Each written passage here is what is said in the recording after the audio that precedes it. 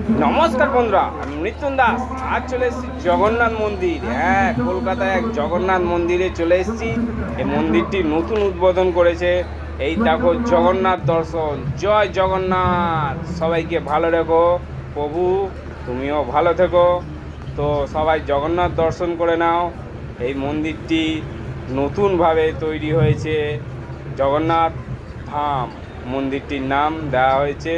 খুবই ভালো লাগলো মন্দিরটিতে, পুরো একদম ফাঁকা, আমি ছাড়া আর কেউ নেই।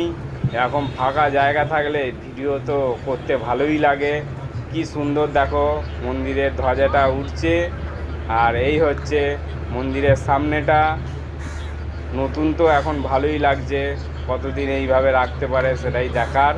আর এখানেও পাশে রয়েছে রাধাকৃষ্ণ, আর এই পাশে রয়েছে বজরংবলী। হ্যাঁ, সব পাশাপাশি রয়েছে।